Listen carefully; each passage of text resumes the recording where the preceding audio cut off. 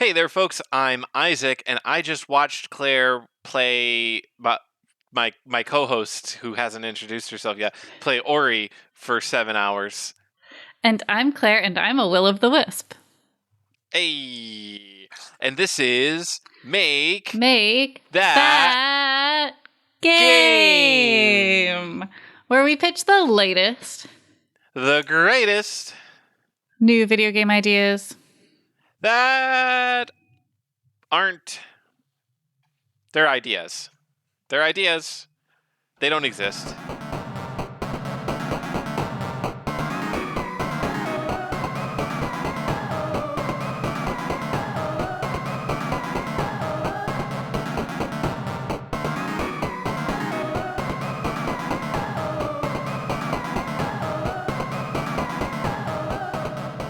Okay. Hi.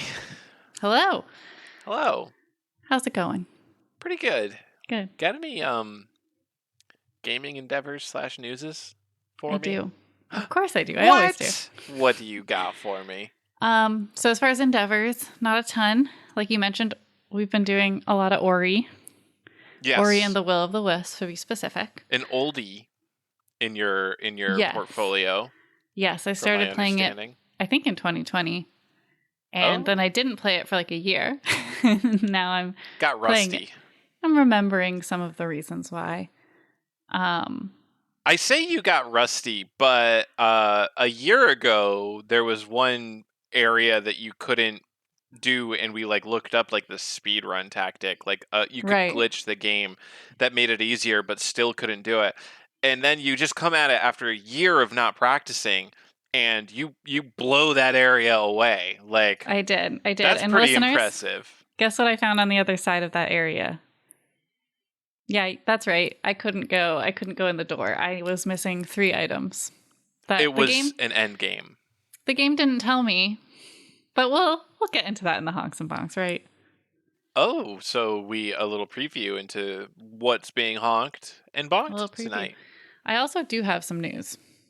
So news. Yes. So for news today, I don't know if you've heard, but Netflix is making an Assassin's Creed live action show.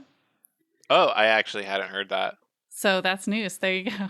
Gaming news. Not only are they making an Assassin's Creed live action show, but in companion, they have partnered with Ubisoft and are working on a Assassin's Creed mobile game to complement the show, which will be free to all Netflix subscribers. Do you think it'll be like a gacha game, like a here's characters from the franchise that you collect and pay lots of money for?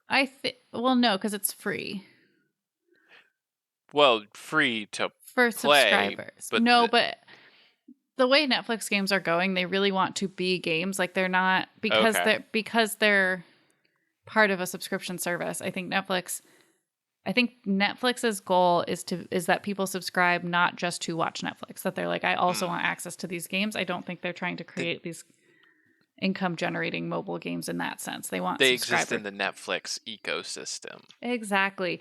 And also because the games I've played in the Netflix ecosystem so far aren't that way. Like they're not money grabbing. Okay. They don't have in-app purchases. As long as you're subscribed to Netflix, you're good to go. Okay. So that's my news. Nothing huge, but something to look out for, especially if you like that series. Isaac, what about you? What have you been endeavoring, newsing of late? I saw, this is in the same vein. I saw that a couple new games were announced. I actually don't know how recent it is. It's the first time I saw it. And I'm pretty tuned in, even if I don't normally share breaking news, and I don't seem like I'm tuned in because I am very often ignorant, but I'm pretending like I'm tuned in. Ghosts of Tsushima 2 is on the roadmap.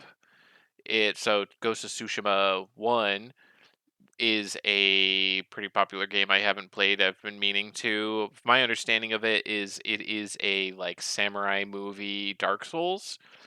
So Dark Souls kind of gameplay with the veneer of a samurai movie.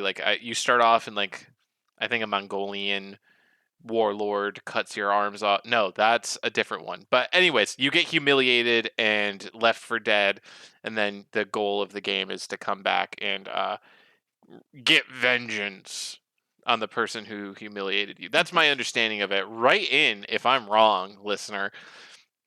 That a Wolverine game is getting made, Oh, and I kind of like Wolverine okay. as like a Marvel All character. right.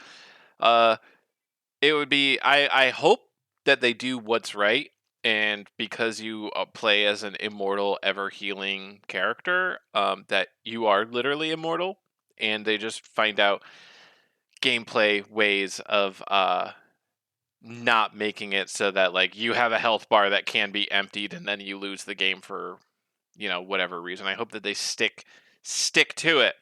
Game All design right. tip: if your character is immortal, make them immortal. And then something Spider-Man 2 in the same vein, and a lot of people really like the Spider-Man 1 game, so a sequel to it should be pretty fire. Oh yeah, now I'm remembering the Spider-Man 1 game. Just the hype. I have never played, but Yeah, wow, so you've got a lot of news. That's awesome. as far as games I've been playing is I'm going to start off. So Dragon's Dogma.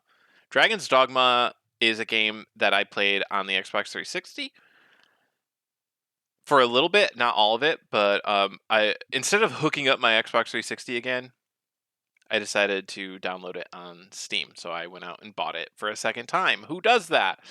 You do Uh, that. Actually, funny story about how I came to that is Uh-huh. recently I saw a conversion mod, or not a conversion mod, but a mod for Skyrim, which made it have like Dark Souls style combat. And I like the way Dark Souls combat plays out, like Dark Souls, Elden Ring, like that kind of game. It feels good to me. I'm used to it, and I've always thought that Skyrim had extremely lackluster combat. So I was trying to figure out how to install this mod, and there's like different editions of Skyrim that like certain mods are compatible with, and I'm trying to figure it out. I asked my friend who plays lots and lots of Skyrim how to install this mod, and he's like, honestly, don't bother if you are like play Dark Souls. And I was like, oh, that's right. And he's like, and if you don't want to play Dark Souls, play Dragon's Dogma. And then he started talking to me, like explaining Dragon's Dogma to me, and I was like, dude, I'm the one who got you into Dragon's Dogma. Come on, I know about Dragon's Dogma. So, anyways, started playing Dragon's Dogma, and here's the fun part. Last episode, Claire mentioned Kirby Star Allies. You can't command your allies. What can you do in Dragon's Dogma? You can command your allies on the little Oh. D-pad. You can say, "Come here," and they run up on you, or you can say, "Go there," and they run to over there, or you can say, "Stop attacking," and they stop attacking. That's the You one have I want. you have all kinds of commands that you can do. It's brilliant. It's basically this is the Dark Souls of Kirby Star Allies games. Okay. Is how I Wow. will now describe Dragon's Dogma. I mean, now it sounds very interesting to me. And Now you're the hooked me. speaking of hooks, I started replaying it, and whoo boy, it is slow. It is a slow start. So I've been playing for an hour and a half, maybe now, and I have a 20-foot strip of road between the town I'm in and the encampment, and there's like 5 goblins there, and that's all I've got until I do the encampment, but I don't want to do the encampment yet because I have some quests in the town that I want to finish up, which are like kill 7 mice, and I can't find the mice, but they've got to be in the town, right? And then, kill 10 goblins, so it's like a bunch of those kinds of quests. But if I go to the encampment, I know that once I go to the encampment, not only do I have to fight a big Hydra, but after I fight that Hydra, I have a big quest to take that Hydra on like the head of the Hydra to the king, which is a really long quest that involves this very annoying fight with harpies that I remember. And like the game doesn't open up until you do that stuff. So Okay. this goes back to the question that I asked last week, like how long do you give a game to hook you? And it's like I know that once I get past this hurdle, it'll be a good game. But like getting through this hurdle, like I know exactly what's coming, and I'm still like I don't want to do that part. That part is so bothersome. But I mean, it is what it is. It is what it Um, is. Besides that, I've played Tuhu, Hidden Star in 4 seasons, which is another oldie but goodie that I've returned to. It is if you're familiar with Tuhu games, which I know Claire is. Am I? Yeah, you love Tuhu games. You've Uh-huh. never heard of them in your life, no. No. Well, it sounds familiar, not going to lie, but do I know anything about it? No. It's a bullet hell shoot 'em up. So it fills your screen with bullets, Great. and you have to dodge all of them, That sounds like and something while you would like. shooting at enemies yourself. Yeah. And oh boy, I used to be like not good, but also like not terrible, and I'm straight up terrible at this game now. I I forgot where you're supposed to be looking. Like, am I supposed to focus on my character and like the immediate area around that, and like just focus on dodging things? And if I actually kill anything when I'm shooting, good for me. Or am I supposed to be targeting enemies and like just moving around constantly hoping I'm dodging? Uh, or am I supposed to be focusing on everything at once? I don't think I'm capable of doing that. But anyways, I love me a good shmup. So We know you love a good shmup. yeah. And then even more gaming from this guy. Wow. I've had such an intense week of gaming. Wow. I went back to revisit TamTam, which is a Pokemon up. A Pokemon up. No, it's monster taming RPG, so you collect monsters not in balls like Pokemon, you collect them in cards, which makes Not even like less Pokemon at sense, all. honestly. But yeah, no, it's very blatantly just like, hey, we're a Pokemon game with a twist. And I think that's what's I'm gonna honk and bonk today, so I'll save my deep dive for that Okay. Sounds for good. later. Speaking All of right. honk and bonk, Yeah. Claire, what That's do you me. got for me for I'm going to Isaac? honk and bonk Ori and the Will of the Wisps. Oh, that's the game we were just talking That's the game about. we were just talking about. Yeah. So, as Wow. a brief summary of the game, or hold on.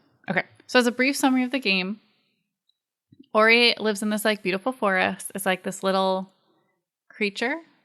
I don't remember. I Like a little start. fox guy. Yeah, I started this game so long ago. I think they said what Ori was at some point. I think Ori's actually a very rare type of animal, A lemur. or like something special in the forest that the only one who could collect the wisps, obviously, because why else would we play any video game if I wasn't the chosen one, right? And it has this little owl friend, and this is where, okay, maybe like going back to last week's discussion on tutorials and cutscenes. Honestly, this one got me into the game. Like, you get super attached to this owl character through a bunch of cutscenes, and then the owl.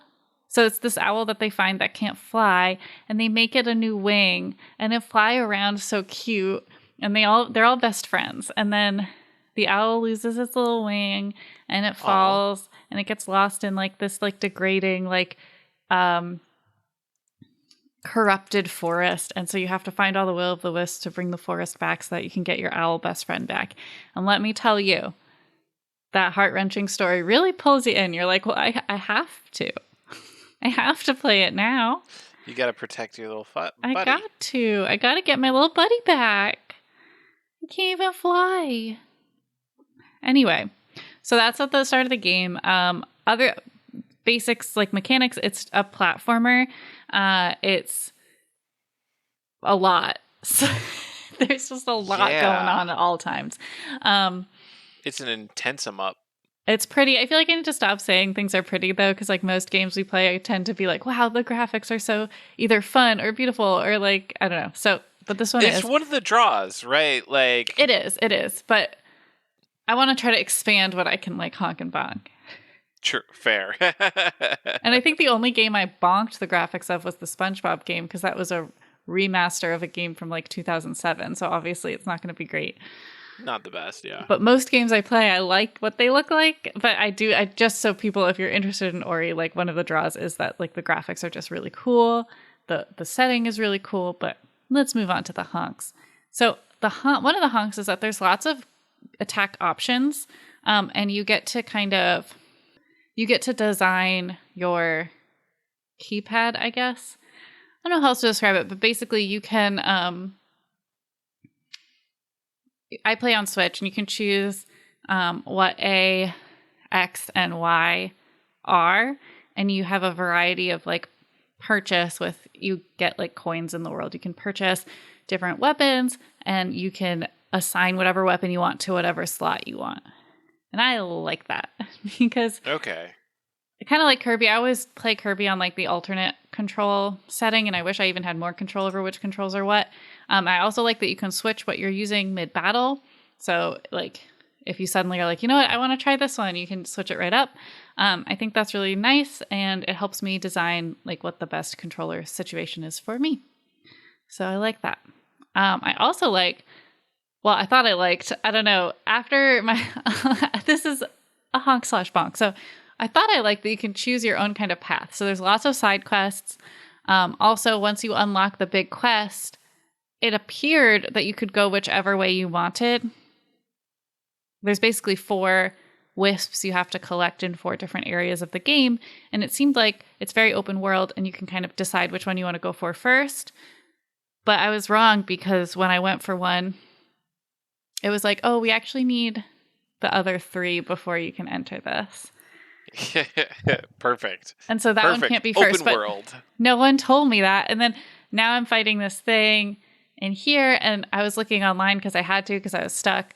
So I was looking at some tutorials, and they're like, oh, just use this ability that you get in the Bower Breach, which is like a location. But I decided I didn't do that one yet.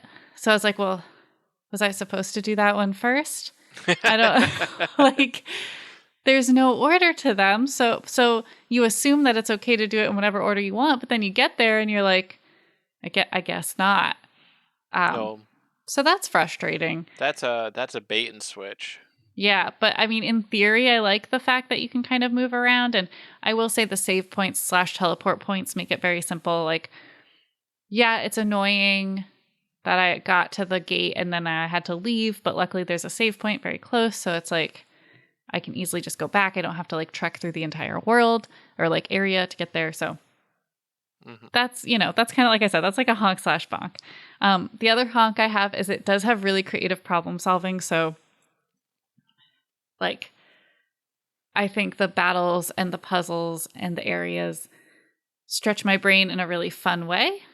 It's not baby easy at all. It's the opposite. It's the opposite. Easy. And so it makes me feel really accomplished when I do finish it. It's like, wow, like I figured that out.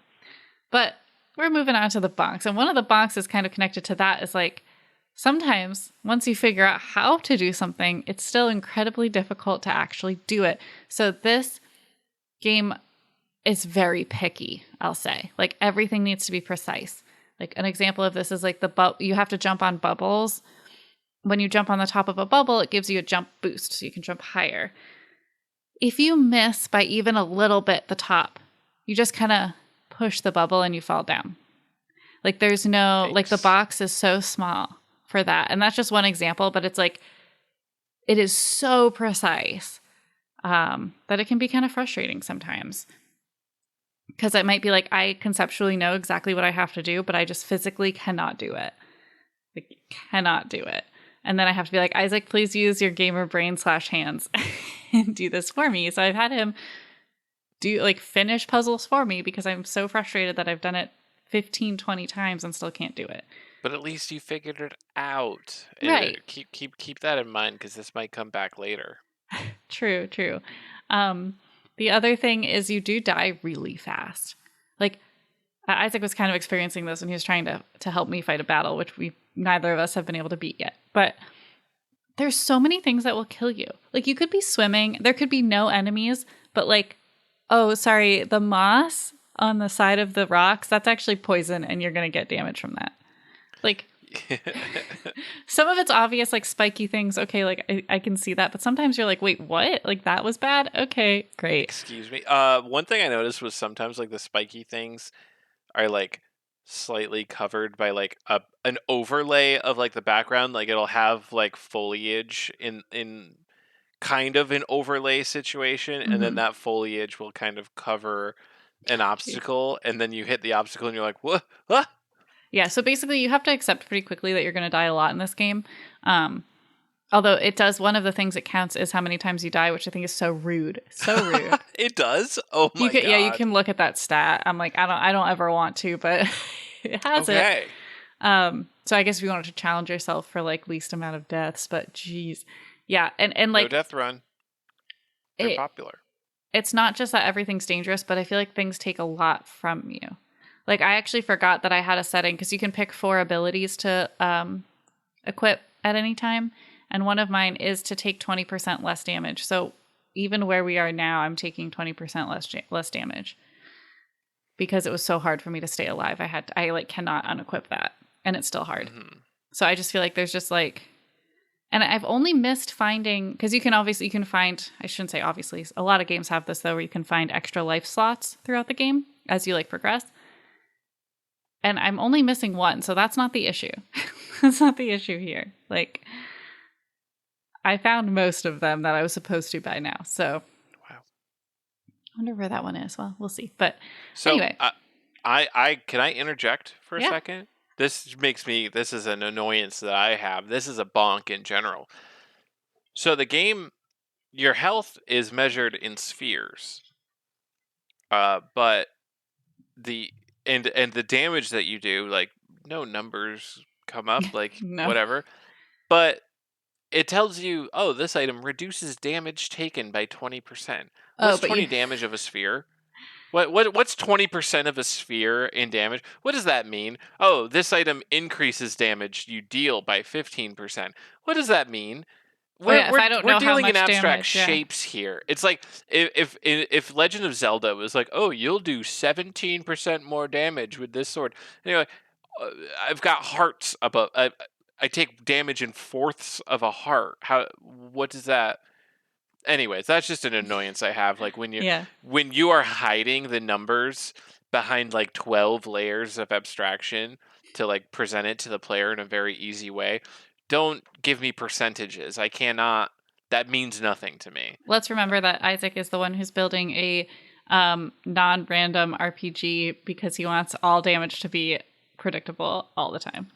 Exactly. Yeah, you will know exactly how much damage you'll deal in any given situation, barring maybe one moment of trial and error. Like when I say trial and error in this game that we are now talking about, um, like you might come across an enemy that like takes reduced fire damage, but once you find out that enemy does reduced fire damage, you'll know that oh, fire damage will be halved from now on if I use a fire attack against that enemy. You know exactly what's going on. If you have 12 damage plus 15%, you can do that math. Unlike Ori. Mm-hmm. I have no idea how much damage Ori does. Yeah. 20% plus? Pff, pff. Yeah, it's kind of, you know what, maybe this might be an issue with just like puzzle games in general. Though I will say Ori has a lot of battling, like even outside of the puzzles, like you're fighting enemies almost all the time. Except there is one. This is like one of my favorite things in video games is when like games like this have a little area that's like it's like a little village. It's like a little happy Oh. place. And that's where you can go to like buy stuff and just hang out, and you know you won't see scary things there. So you know, like the like Waddle Dee town in Kirby and the Forgotten Land, or the little village in Link's Awakening. Like I just love that. I don't know. I can't describe Right. it. It's like coming home from like the big battle, and you're like, I just need a nap. Anyway, so Ori does have that, which is nice. But no, you're right. It's tough, and the other bonk kind of connects to all of these, which is just sometimes I feel really discouraged with the amount of backtracking I have to do. If there's one thing Claire hates, it's backtracking or Yeah, repeating the same thing. exactly. And this game really tests that for me. Like you have to do this. Maybe you don't. Maybe other people are better at this, but over and over and over and over again. And it does discourage me from playing, which I think is why I stopped initially. But it's also a really good game, and it's kind of hard to put down. So, like for example, I was playing it, and I was just gonna try it to like beat one thing, and then I played for 3 hours. So that's just what it is. But yeah, so I do like it. honestly like it's a really good game, but just know it is hard. I wonder if I have it on like hard mode. Maybe I can put it on easier mode. Oh, that would be weird if you had it on hard mode. I Like probably don't. You know what? I bet I have it. If I have it on any mode that's not easy, it's probably normal. Maybe we should put it to easy because it's really hard. But I think I just had, especially when I was starting out gaming, I was like, I want to be a good gamer. I don't want to be like blah blah blah. And I didn't. I thought You putting can it on play easy any mode. I know. So Any I will difficulty. look at that when we're done this cast. But I also wanted to say that it was kind of cool. I think part of it is playing. I do better a little bit when I'm using a controller versus the handheld Switch. But even so, I was like way better at playing it than I was 2 years ago, and it just felt nice to be like, I'm better at video games. Practice makes perfect. It's just nice. So yeah, I would say overall, Ori is a fantastic game. Really unique, great story. It's very hard. Just be prepared. Isaac, what about you? Do you have a game to honk and bonk for us today? Yes, I have TamTam. TamTam. Hold on, let me bring it up. TamTam, developed by Crema, Creama. It is a monster collecting turn-based RPG. Very Pokemon-like. So yeah, it recently updated. I haven't played in a few years. I decided to check it out. I did not get the benefit of any updated content in the time that I played, which was not very long yet, but probably after this episode I'll play it a little more. So let's go to the honks. All right. It has a lot of these honks look like they're going to be like in comparison to Pokemon. So that maybe I'm not doing the strongest this time, but It's whatever we'll you go want. for it. Yeah. So there's this stamina system. So every one of your moves takes a certain amount of stamina to employ. If you don't have enough stamina to use it, you can still use it, but you will take an amount of damage for overexerting yourself. And you regenerate a certain amount of stamina every turn. And I think that that is a very interesting way to shake up like the normal mechanics of like a monster battler game where like in Pokemon you have power points, PP. Mm-hmm. And it's just every time you use an attack you use one, and when you run out you can't use that attack anymore. I think adding this stamina system and like the risk reward of, oh, do I use this move, like this higher stamina move is more powerful, but I'll overexert myself and take a little damage, or do I use a weaker move this turn? And it adds another layer of thought process to the select and attack. Like in Pokemon, right. I would just Earthquake every single turn because Earthquake is 110% damage or whatever. It's the highest damage I'll do, so why would I ever use it except for the case of a Pokemon that isn't weak to Earthquake? Like if it is a flying type and therefore completely immune. Just adds another layer of complexity to think about over the normal monster battler formula. Second thing is the UI will actually show you whether an attack is going to be effective, like super effective, not effective, etc. when you hover over an enemy, and it doesn't do that until you've used an attack of that type against that TamTam. Okay, so it's like you have to discover what works and what doesn't. Yes, there is the trial and error element, and also if you like know like the types, you can still figure out, oh, this is not going to be strong versus that. But until you figure out the types of the enemy, which it won't just tell you on the UI if it's a wild one or an enemy one you're meeting for the first time. Right.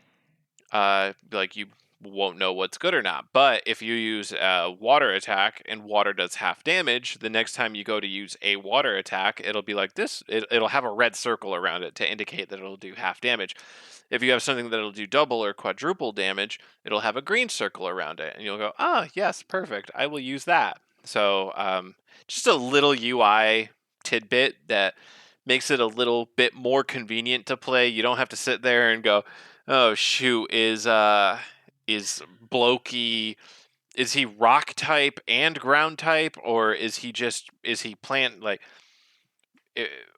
You also don't have to remember like, oh, is ice is like the ice equivalent strong versus grass or bugs, or what's it strong versus? You don't have to keep in mind the entire 18 types and how they do against another 18 types. You can just kind of just like, oh, that one's red, better not use that one. Oh, that one was green, how convenient, sort of Yeah, deal. I like that actually a lot because that's part of Pokemon that I'm like, how does everyone just know how all these stats for these things? Yep. Another thing that it does differently, this is neither a honk nor a bonk, but it is something that I want to make note of in Mhm. case anybody is out there rushing to play this game based on my honks and bonks here. Everything is a double battle in Pokemon terms, so it's always two of yours versus two of theirs.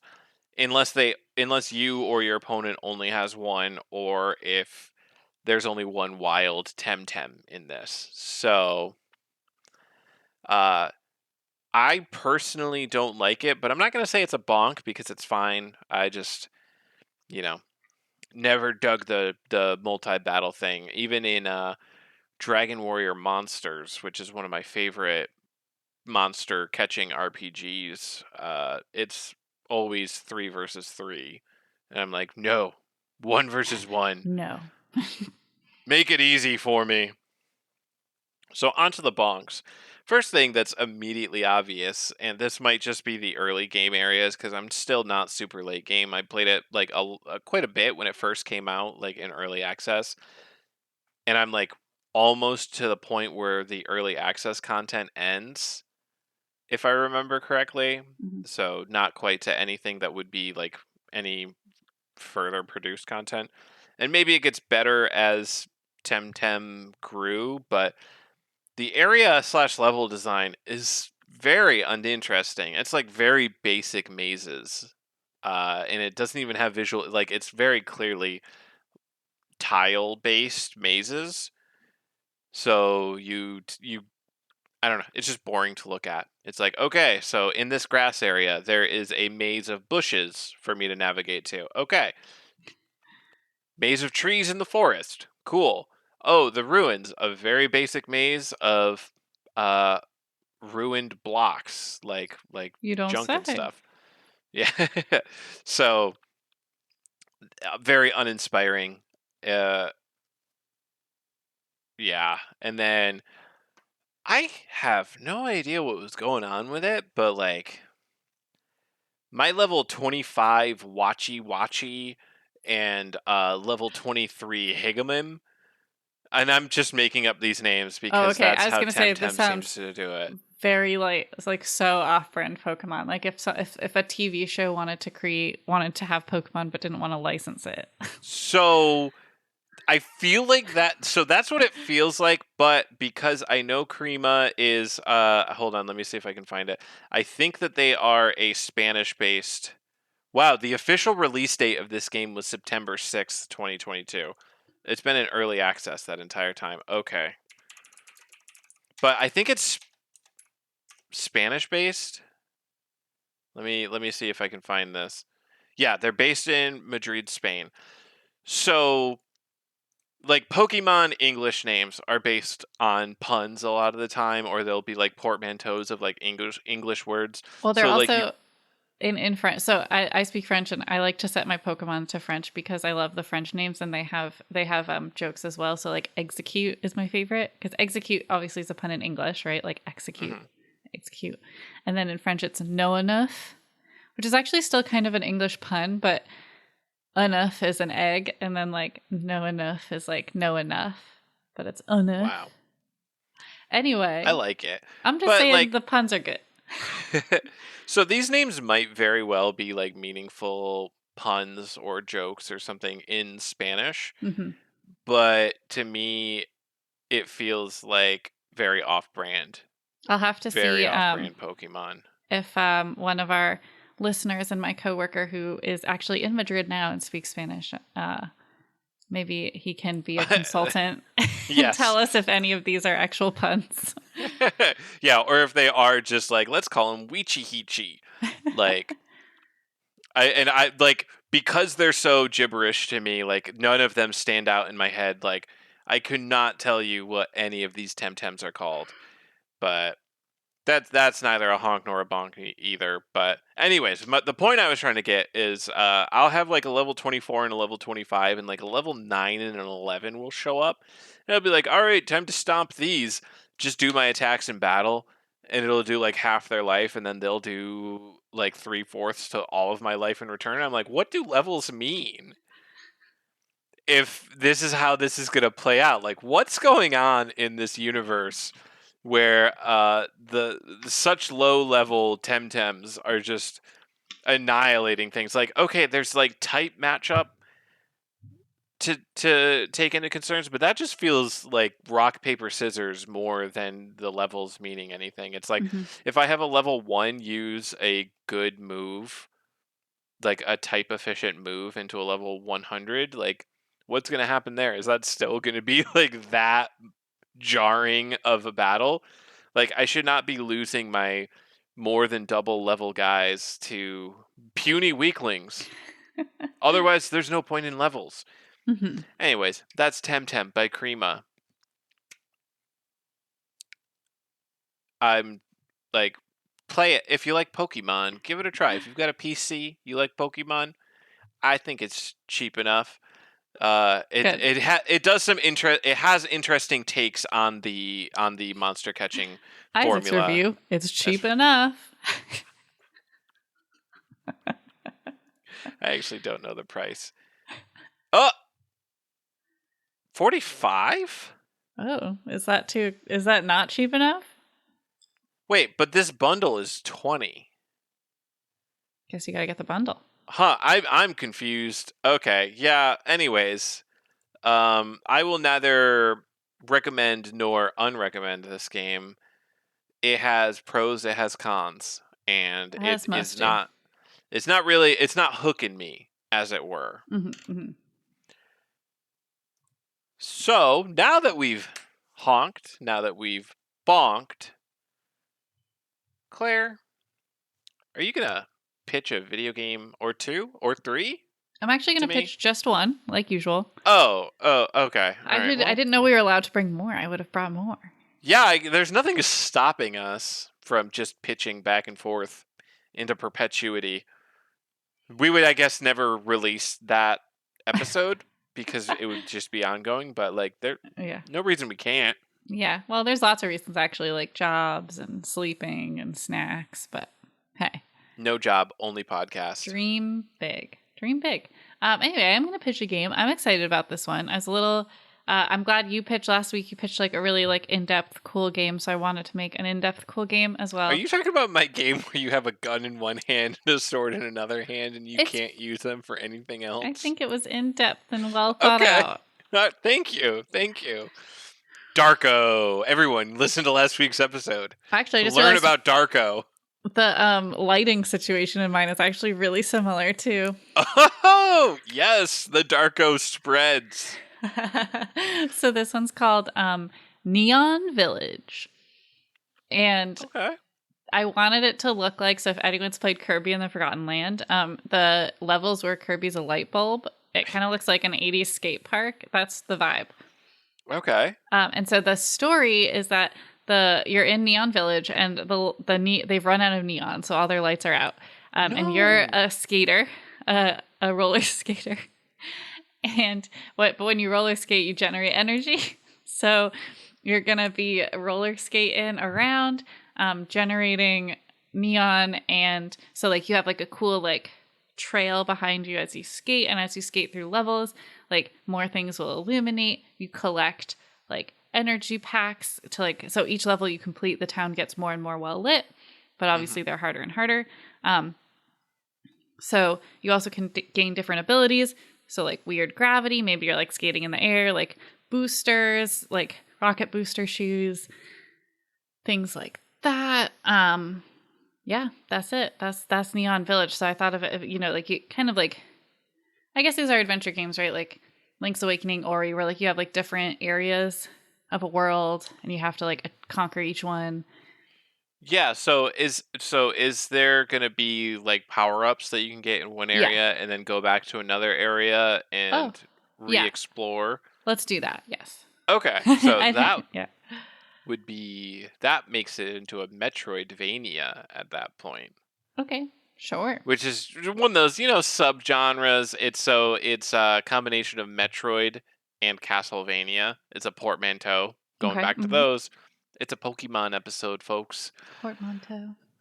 Yeah, yeah. So the hallmark of that is you see a cliff like early on that you can't quite jump to the top of, but then as you play the game you get double jump and then you go, oh, I can go back to the cliff Yeah. and double jump to the I top like of the cliff. See, I like that because as much as I don't like repeating myself, if I know I have like something, it's like something to work towards. Like you get excited. Like that's why Isaac's game has a lot of water features, and I keep telling him like if you don't make swimming a thing I earn, I'm out. I'm out Witches because can't swim. every time I see water in a game, like a significant body of water, I'm like I'm gonna get swimming. I'm gonna get swimming at some point. It's coming down the path. It's like it'll be here. I'm Well, I usually hope I right. don't I'm disappoint. usually right. Hey, I'm gonna push you to do it. I'm gonna inspire you to create a water level in your game, or at least just like a water pathway you have to travel in order to get somewhere. It could be boats. I'd take boats. You get a ship There are ability. boats. There are already boats. Wow. Well, not already, but there But will be in the boats. plan, There is a already plan for planned. boats. But yeah, that's Neon Village. 80s synth music. Good vibes, good times. Nice. I have another question about it Okay, before we wrap this up. sure. So you generate energy by skating. Is it a mechanic where like you skate, you like fill an energy bar as you move maybe, and then you expend that to do special moves or tricks or like attack in combat, or That could work. I also do you thought it was keep just your gonna like momentum going? help light the level itself too. Like Okay. as you skate, the level lights. If you slow down, like it gets dimmer and dimmer. But for it to light the town itself, you would be collecting like power packs or something in each Gotcha. area, so that there's like a bigger thing you need to get. Maybe it's like all the different colors that neon can be. I don't know. And then presumably as you power up the town, you get more things that you can do in town, like when you rescue Waddle Dees and Ah, Curry. yeah, I Like, love that mechanic. okay, good, good, good, Let's good, do good, good. that for sure. Oh man, there could be like mozzarella sticks. I don't know. I feel like every time I'm at a roller rink, I get mozzarella sticks, and Mozzarella sticks, people. and they could heal you. You know. Of course, little mozzarella stick potions. They do in real life. They do on the game. Exactly. Yeah, they're like a real life health potion, 3d6 HP. Every time you eat a mod stick. All right. Isaac, do you have honks and bonks for us? I gave you my honks and bonks. I meant a game pitch. I don't I this did mean a week. game pitch. I'm so sorry. Yeah, I don't have a game pitch this week, so please don't yell at me, viewers, listeners. Actually, we're on YouTube now, so I We can have call viewers people and viewers. We have listeners. viewers and If listeners. you think Isaac dropped the ball, please leave us a comment and subscribe to this channel. Yeah, yeah. Don't dislike the video, but No. do leave a comment mentioning your dislike of me specifically, and then like the video because you like Claire. Well, it's okay though because I think you brought us something else, right? I did. I've got a question that came up while I was watching you. So last episode we did a deep dive with Yeah. Isaac. And a deep dive with Isaac, and we're going to do it again. Let us know. Yeah. Let us know if you like it. Let us know if you like this new deep dive. Yeah, if you hate this, like, we'll stop, but I like it so far. So, okay. This is going to be a very familiar question to you because you are the one who actually brought it up this episode. In a game, there's often the two phases, especially in like puzzle-based games, figuring it out and then executing it. Mm-hmm. And should a game value figuring it out more or less than actually executing it? Like, I like this. if you know what needs to be done,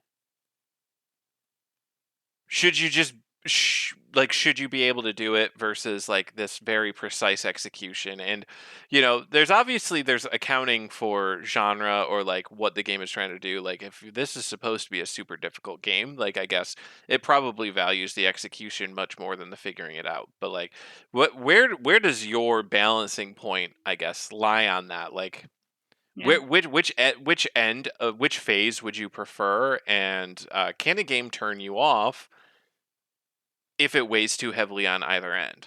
Yeah, I would like to say, just to remind our audience that this is a question for me, but also for all of you. So feel free to Yes. respond, email us, write us in the comments, or I'll put this in a poll on Spotify. So I kind of mixed on it. I mean, I personally will get turned off if I figured something out and then can't do it forever. Like, if I figure it out and I mess up a few times, like, that's fine. But if I figure it out, kind of like Ori, it's like I figure it out and I tried it for literally what felt like hours, that's going to turn me off. But it's like, I don't know how to necessarily balance that. It makes me think about, so I took honors physics in high school, or AP physics is what it might be called. I don't know. Whatever, the highest physics, for who knows why. I went to film school after. I don't know why I did this to myself, but anyway. And our final project was to design a catapult that could shoot something at two different distances. So you had to be able to calibrate it to shoot specific distances. We had to build this ourselves. And interesting. My anecdote is always that, well, I got an A- on the notes. So like all of the plans, the drawings, the math involved in the catapult looked great. Check, check, check, check, check.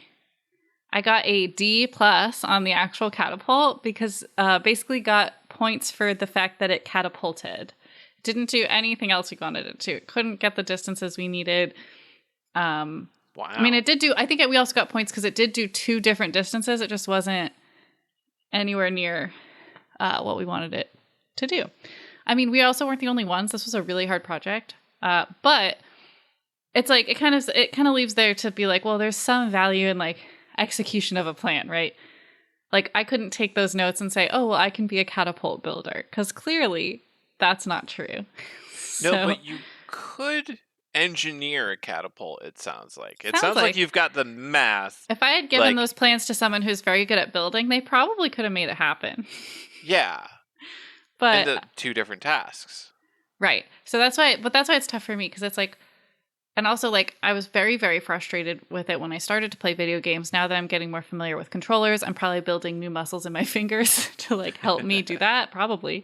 My reflexes might be getting better. So like those kinds of things like level you up to be able to do these things. But I also want to think from an accessibility standpoint. Like, I want everyone to be able to enjoy video games. If you have like difficulty moving things around, like, but you can figure out the puzzles, then I don't think the execution should be too challenging. And I think you're right about, it's like the type of game. Like, if the game is mostly puzzle solving, then once you've solved that puzzle, I don't think it should be incredibly difficult to execute that solve. Whereas if it's mostly like a battle game, then I think it's okay to be difficult to execute it, because usually there's less of a puzzle there, if that makes sense. Yeah, less of a figuring out, like,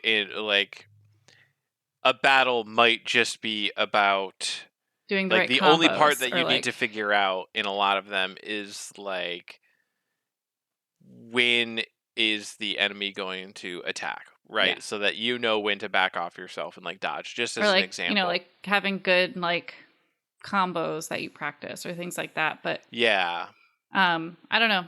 That's a tough one, but I like it. It's a good deep dive. It's like, I don't know where you draw that line. It almost just makes me be like, you should just be able to set more parameters on games, like to say that would be a good one. Yeah, like, because some people really enjoy the tough challenge of it, and then some people can't or don't want to do something 20 times. Yeah, and like, I'm gonna use an example in case people are having a hard time grokking, or would like an example of maybe two extreme ends of the spectrum, right? So a boss, let's say you are entering a boss battle, and only one item in the game can do any damage to this particular boss. This would be so if you weigh it more towards figuring it out, then maybe it only takes one hit from like the bow and arrow to kill this boss, but it won't take any damage from anything else. So the challenge is figuring out which of your weapons will do anything. But once you do that, you've solved it. The game Yeah. is like, all right, you've solved the puzzle. Good Let's job. move on. Yeah. Then the other end of that is the boss can take damage from any weapon that you have. It takes 1,000 hits from any weapon that you use. So then that is purely just the execution of you figuring out what you need, like how to do 1,000 hits to it, or actually performing the execution of 1,000 hits. And then there's like the balance. What a game usually would do, like a Legend of Zelda game would usually do, is like, okay, this boss takes damage from bows and arrows, and you have to do it like 8 times or 6 times or whatever, and then the boss will die. So you prove that you can figure out the challenge, and then you prove that you can execute it. And generally it'll have like 1 or 2 phases where it'll like switch up a little, make it a little harder for you to hit it with the bow and arrow in the second phase. Yeah. Yeah. I think I like the idea of heavily weighing the figure it out. I often find myself playing games, and I might be a scrub for this, but like as soon as I figure out the exact execution that I need to perform, and then I just can't do it, and I'll give it like a couple tries, and by a couple I'm obsessive, so I mean I'll work at it like for 24 hours straight and then just never touch the game again if I haven't figured it out. But it's like, okay, I've figured out the gimmick, like let me win. An example, yeah, an example that I've recently remember is like in Elden Ring, like there's certain enemies that are like completely gimmick enemies. Like they have a bunch of attacks that are kind of like traps to bait you in to attack them. So if you attack at the wrong time, they can quickly and easily punish you, do a punch damage, possibly even instantly kill you. Once you figure out like, oh, I wait until they use this move, and then I can get behind them or something and do massive damage, or oh, I can parry this one specific move and riposte. I don't know how to pronounce that French word. I don't know what you're talking about. Riposte. I've never heard that word before. Oh, all right. Well, comment on the proper pronunciation. And yeah. But but yeah, like if you do that, like it kills it, and then I end up like employing that, and it still does like only this much out of this much of a health bar, and we're a podcast. What did I just do? That was so it does 10% of a 100% health bar, right? And you're like, oh, cool. I just have to execute that perfectly 10 more times. Obnoxious. Absolutely obnoxious. I agree. Like 3. If I figure out the thing, only make me do it 3 times. I feel like this is a problem in Pokemon Legends Arceus too. Yeah. Yeah. Especially, what was that one? It was like the second or third. Oh, no. That one didn't feel like there was anything to figure out. You kind of just like the one that was the like the ballerina one. Maybe I'm having a hard time remembering, but I remember there was one fight that I did that I just like walked into it and I like accidentally beat it. Yeah, I think that was the second one. I think it was the ballerina because you literally like didn't. I don't think you took any damage. I don't think they even went into. I don't even think they went into their like battle phase. Like you just annihilated them. Yeah, and it's like so that I executed it perfectly, I guess, and it rewarded me like for figuring out whatever it was to figure out. Arcanine, I also remember like downloading, figuring it out, and it being like trivially easy for me. I was more thinking with Pokemon Legends Arceus, the just the fact that if you do figure it out, sometimes you have to still do it 100 million times. Yeah, that's kind of what I meant. Is like it's just like okay, like I know what I have to do, but I just have to repeat this 100 million times and stay alive while I do it. And then I die, but it's like not exciting to go back because like I know exactly what I have to do. And right. And like to go back into one of the things I was saying with like TamTam, where type advantage was super important, where like level 9s would be taking out my much higher level things. That seems like the design is much more heavily weighed on the, oh, you figured it out, we'll reward you situation, where it's like, hey, if you figure out that fire beats grass, now every time you use a fire move, it'll instantly end the battle against almost every grass type, regardless of level difference. And maybe contradicting myself a little bit, that seems too far. Like, when a level 9. Anyways, we are interested in what y'all have to say. How do you prefer, like, what mix do you prefer in uh, conceptually figuring it out and then actually executing Yeah. what you figured out? Awesome. All right. Well, that brings us to our final and my favorite part of the show, the rapid fire round. I'm going to randomly generate 3 random words. That's the random part. And we're going to have to make a game based on those 3 words. Now, we have to use all 3. We have to come up with a game name. And that's the name of the game. Are you ready? Isaac will put a timer on for 5 minutes. Are you ready for I our have first? a 5-minute timer. I am Here ready. we go. Our first 3 words are critical. Oh boy. Attraction. Kidnap. All right. So you are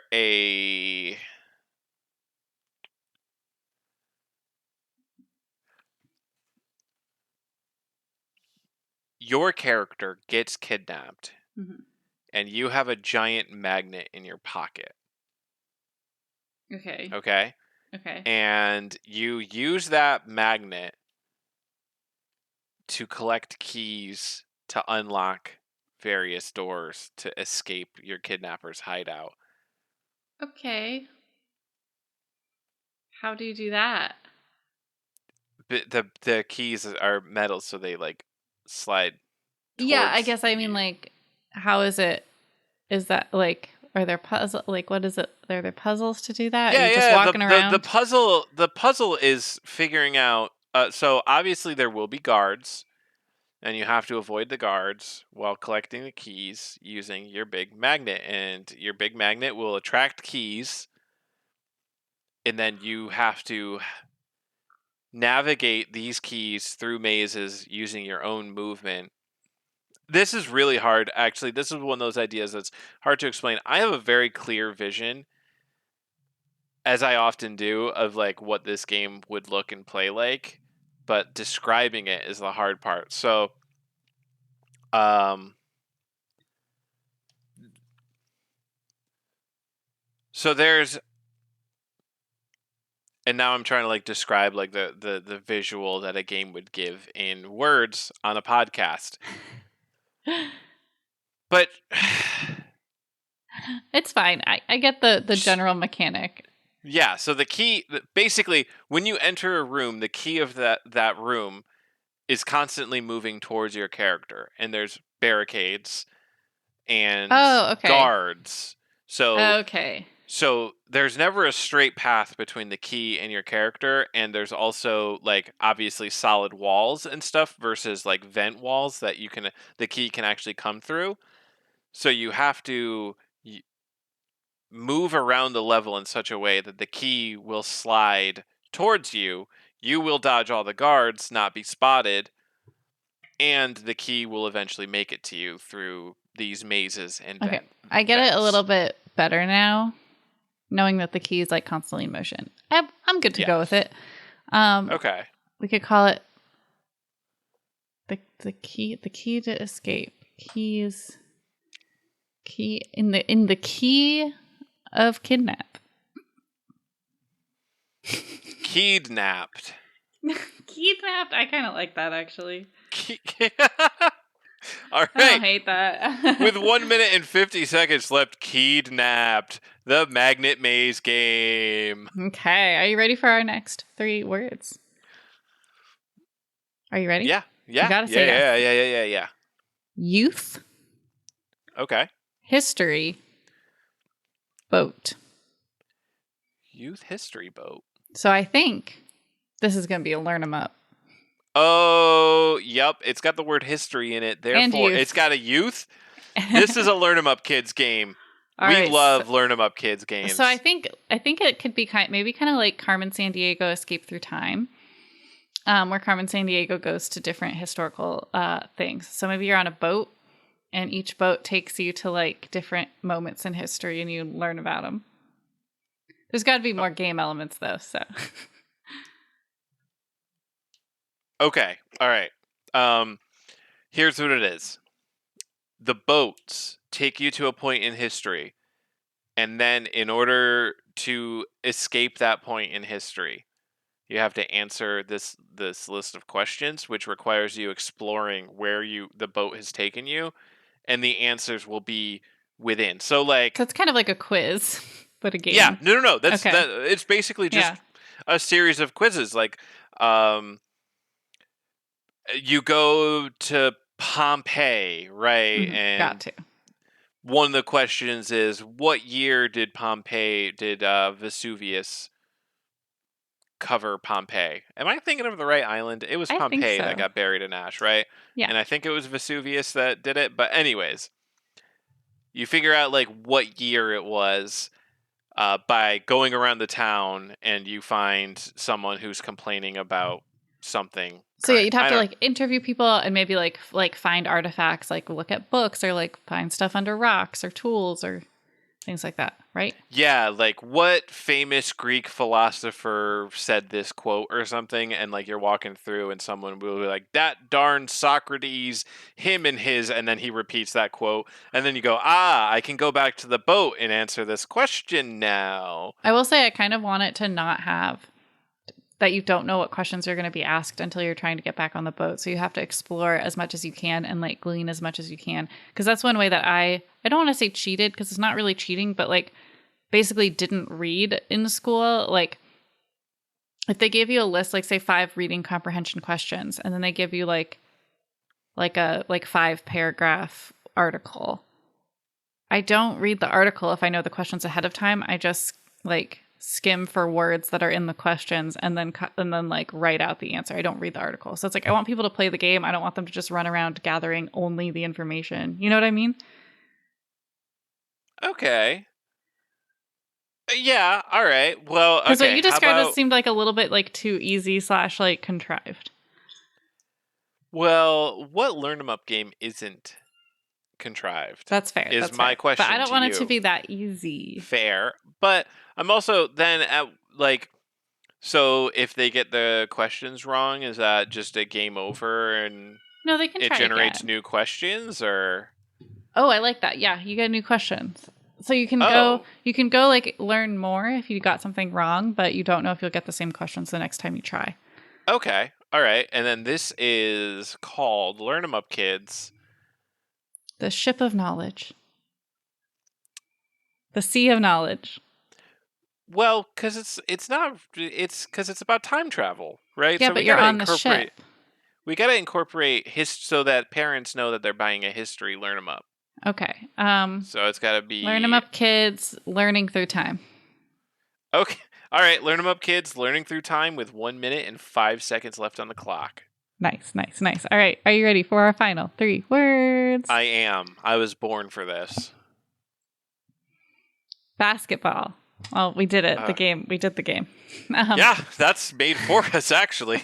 Filter and remedy.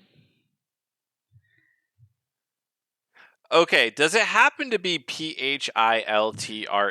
No. It's filter, Okay. like a Brita filter. Filter. Dang it. All right. What is a filter?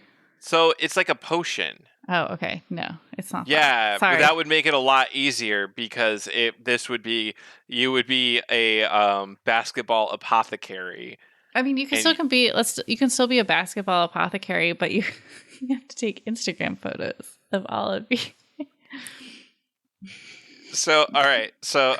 This is a You run. this is a basketball game where in between games you are performing arcane healing through herbs and medicine, and also snapping selfies. Yeah, you have to promote yourself through social media.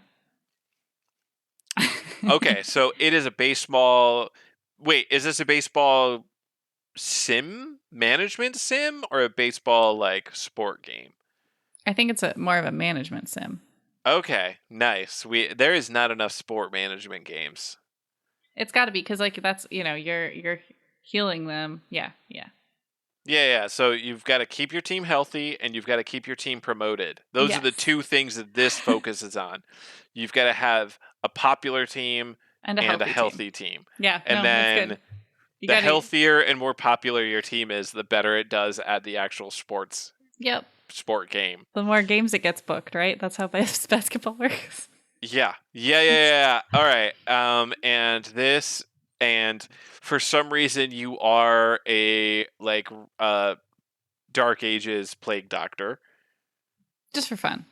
Because apothecary, why not? What word am I basing apothecary off of? That is basketball, filter. What was the middle one? Well, filter was the middle one.